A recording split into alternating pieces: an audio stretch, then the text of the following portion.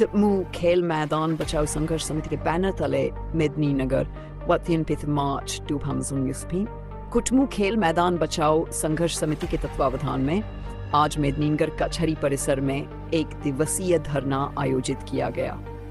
इस धरने को संबोधित करते हुए झारखंड क्रांति मंच के राष्ट्रीय प्रधान महासचिव एवं पूर्व लोकसभा प्रत्याशी रविंद्र कुमार रवि ने बहुजन महापुरुषों को नमन करते हुए कहा कि पांडु थाना प्रभारी द्वारा खेल मैदान बचाने के लिए संघर्ष कर रही महिलाओं और पुरुषों को गिरफ्तार करना, उनकी पिटाई करना और जेल में बंद करना पूरी तरह असंवैधानिक एवं अमानवीय कृत्य है। उन्होंने कहा कि ऐसे गैर कानूनी कृत्य को अंजाम देने वाले थाना प्रभारी पर पलामू के आरक्षी अधीक्षक को तुरंत उचित कार्रवाई करनी चाहिए थी, लेकिन अब तक कोई कदम नहीं उठाया गया। प्रशासन की निष्क्रियता अन्याय और दमन को बढ़ावा देने के समान है। उन्होंने आगे कहा कि कुटमू, पांडु, पलामू स्थित खेल मैदान में धारा 144 लागू होने के बावजूद कुछ आरोपियों ने गैर कानूनी रूप से मैदान पर कब्जा करने का प्रयास किया, जो कानून का खुला उल्लंघन है। ये गंभीर विषय है और प्रशासन को इसे रोकने के लिए सख्त कदम उठाने चाहिए। रविंद्र कुमार रवि ने समाज को संबोधित करते हुए कहा कि अत्याचार एवं अन्याय का मुख्य कारण जाति और धर्म के नाम पर समाज का विभाजन है। उन्होंने सभी से आह्वान किया कि वे आपसी मतभेद भुलाकर एकजुट होकर बहुजन समाज का निर्माण करें। उन्होंने कहा कि जब समाज संगठित होकर एकजुट होगा तभी वह अपने अधिकारों की रक्षा कर सकेगा और हुक्मरान बन सके। उन्हें कहा कि हुक्मरान के साथ कोई अन्याय या अत्याचार नहीं होता, इसलिए संगठित होना समय की मांग है। धरने के अंत में उन्होंने जय भीम, जय कांशी राम, जय भारत के नारे के साथ सभा को संबोधित किया। और गरीब मजलूमों, शोषित वंचितों, पिछड़े मुस्लिमों के हक की लड़ाई लड़ने वाले बहुजनों के अंतिम मसीहा बहुजन नायक माननीय कांशी राम साहब के चरणों में श्रद्धा सुमन अर्पित करते हुए आज की सभा में उपस्थित झारखंड क्रांति मंच के केंद्रीय अध्यक्ष माननीय शत्रुघ्न कुमार शत्रु जी, जुगल पाल जी, किसान क्रांति मजदूर यूनियन के बिरजानंदन मेहता जी,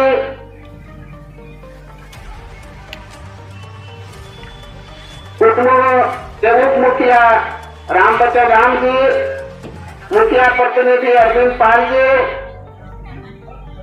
विजय मंडल जी, ओम प्रकाश कुमार भारती जी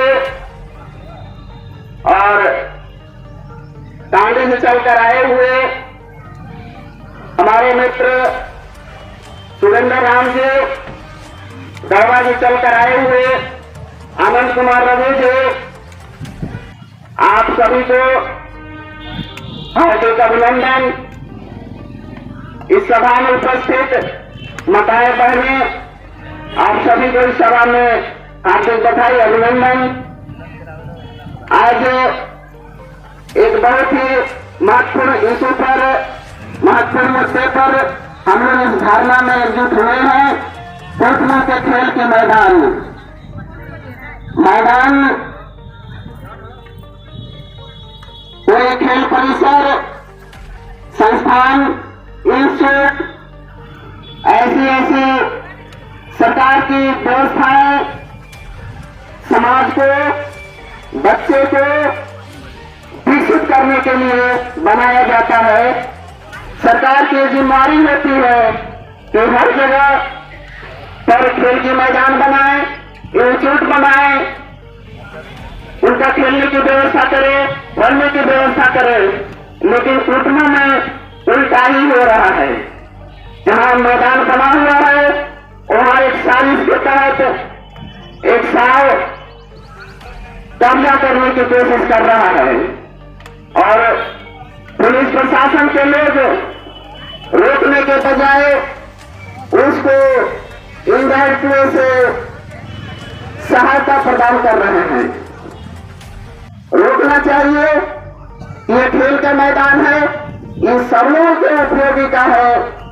कोई मैदान होता है, कोई पार्क होता है तो किसी धर्म का नहीं होता है, किसी जात का नहीं होता है। वो मैदान में तो सभी बच्चे खेलते हैं।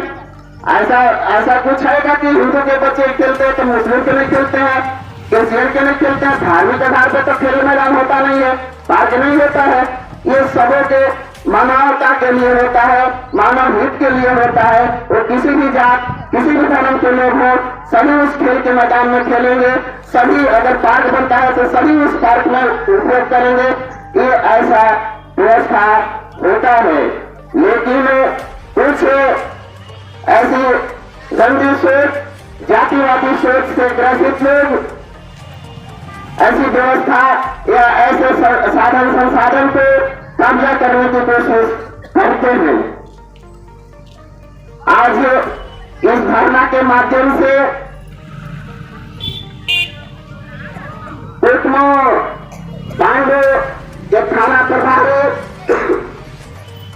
आपने जो भी अन्याय किया है, हमारे एक बहन के साथ वहां के थाना प्रभारी ने खेल मैदान बचाने के क्रम में एक लड़की की पिटाई किया। कितने हमारे माँ बहने माताएं बहने इसके लिए जेल गई और थाना प्रभारी के द्वारा पुलिस के द्वारा जुल्म किया गया। थाना प्रभारी आप ध्यान से सुनो, आपने जो काम किया है वो कानूनन काम नहीं है। आपका काम है लोगों को सेवा करना, इसीलिए आपकी नौकरी मिली हुई है। और जो आपने वर्दी पहना है वो वर्दी आपको जुल्म करने के लिए नहीं मिला, आपको पब्लिक की सेवा करने के लिए वर्दी मिली है। आप वर्दी का अगर दुरुपयोग करते हो तो आपको वर्दी उतर के 2 मिनट का भी समय नहीं लगेगा। कानून है देश में, अभी कानून मिटा नहीं है। अभी संविधान है देश में, संविधान समता बंधा के आधार पर सबके साथ न्याय करती है। अगर आप वर्दी पहन के सोचते हो कि हमको कोई कुछ बिगाड़ नहीं पाएगा तो आप भी कटघरे में नजर आओगे। कभी आप महिलाओं पर, लड़कियों पर आपकी गंगा चलती है। थाना प्रभारी आप ध्यान से सुनो और पलामू के मैडम एसपी आप भी सुनो, आप जल्दी कार्रवाई करो, नहीं तो ये आप ऐसा मत समझना कि ये थोड़े बहुत लोग हैं। आने वाले समय में पूरे पलामू, पूरे गढ़वा जाम हो सकता है। इसलिए मैं आप आज इस सभा के माध्यम से, धरना के माध्यम से पलामू प्रशासन को आगाह करना चाहता हूँ, निवेदन करना चाहता हूँ कि जो भी अनैतिक गैर कानूनी काम कर रहा है मैदान में, उसके खिलाफ आप आवश्यक कानूनी कार्रवाई करेंगे। अगर नहीं किए तो पूरे पलामू गढ़वा के हर चौक चौराहे, हर सड़क, हर गली, हर गांव जाम होगा और इसके लिए जिम्मेदार प्रशासन के लोग होंगे। आप ध्यान से सुनो। साथियों, सिर्फ एक कुटुंब की बात नहीं है। हम दिल्ली में रहे हैं, पलामू इस समस्या पर अब मुझे जानकारी मिल रही है। ऐसे तो पलामू की लड़ाई हम पिछले 10 सालों से हर लड़ाई में शामिल है, लेकिन अभी कुछ महीने पहले से मुझे 4-5 तरह की यहाँ जानकारी प्राप्त हुआ। क्यों ऐसा हुआ?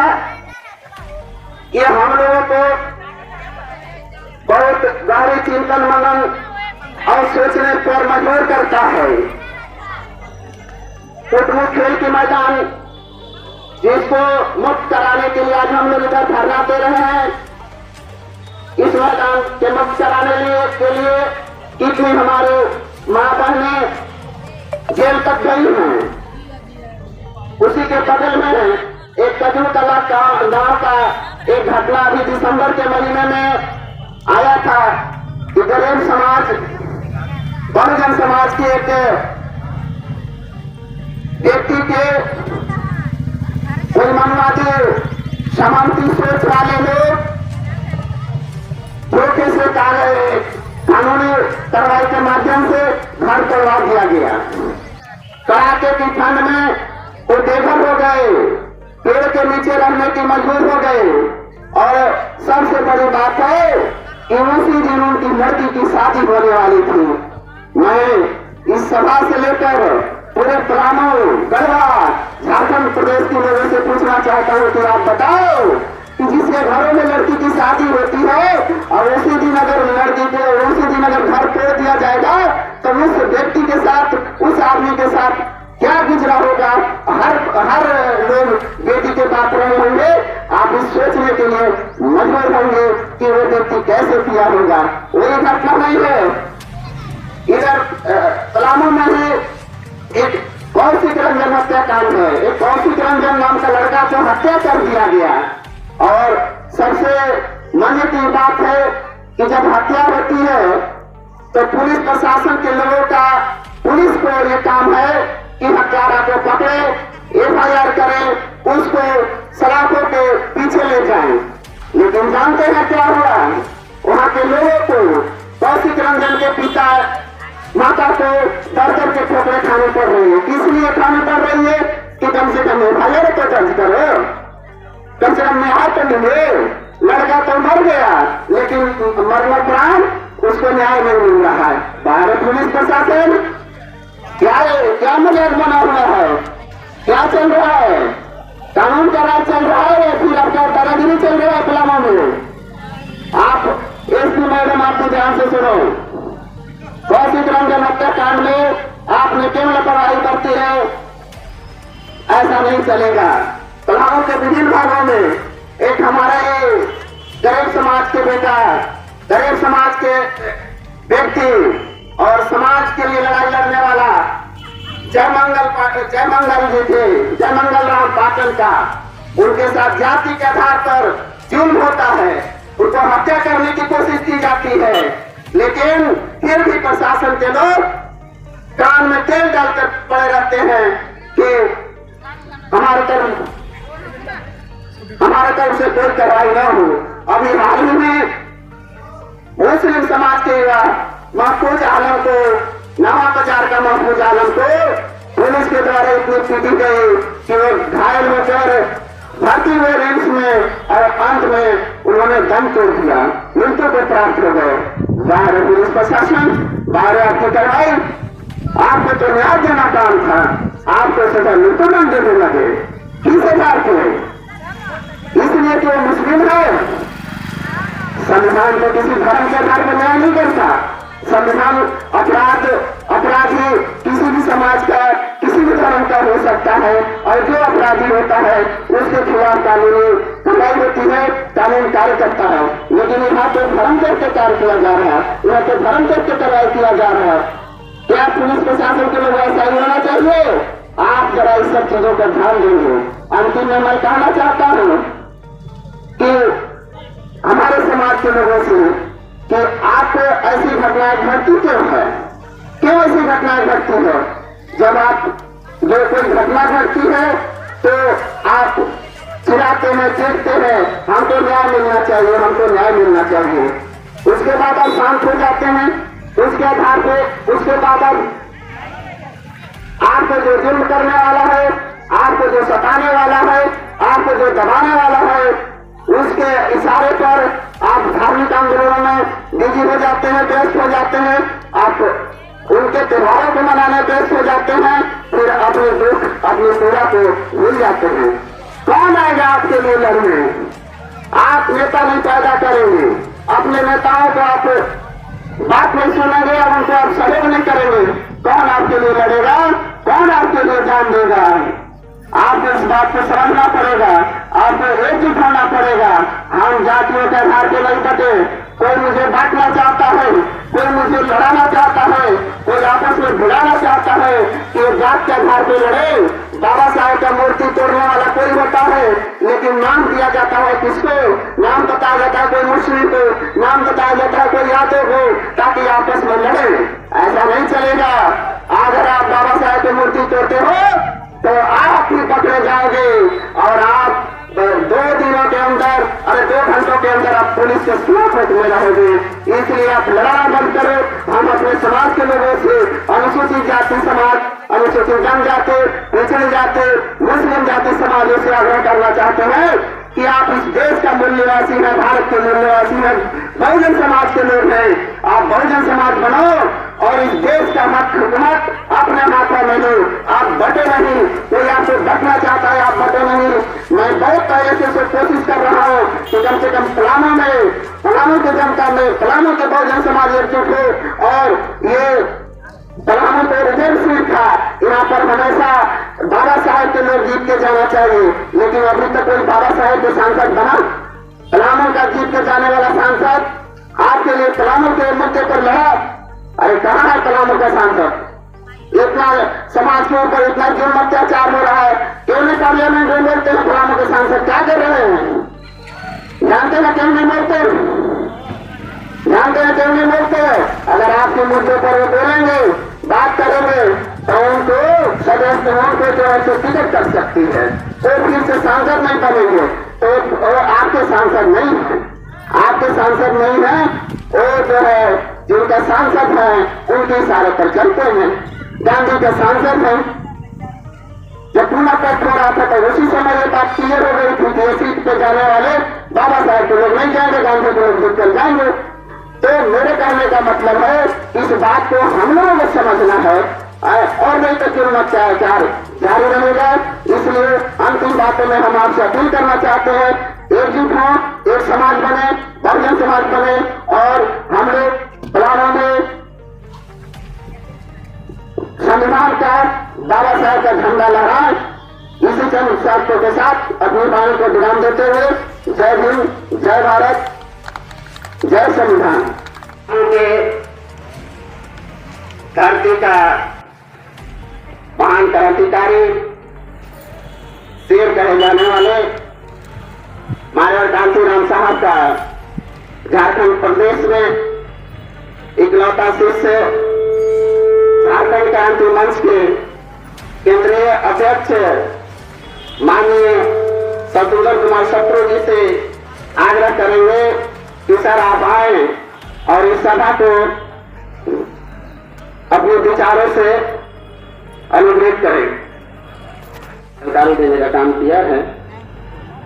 अब वक्ताओं की अगली कड़ी में मैं माननीय राम बच्चन राम उप मुखिया कुटुंबों से आग्रह करना चाहता हूं कि मंच पर आए और अपनी बातों को रखें।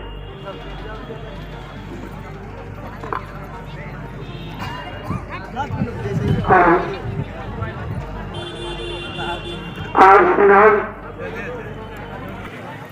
25/3/2025 जो कुटुंब खेल मैदान बचाओ संघर्ष समिति के द्वारा पांडे पलामू के बैनर तले कुटुंब खेल मैदान को बचाने के लिए 25/3/2025 को उद्योग कार्यालय के मेदिनी नगर के समक्ष एक दिवसीय धरना प्रदर्शन किया जा रहा है। तो हम लोग सबसे पहले जितने भी दूर दराज से आए हुए हैं, हमारे जो बुजुर्ग साथी लोग, उनको मैं जय भीम, जोहार, जय निवासी पेश करता हूँ।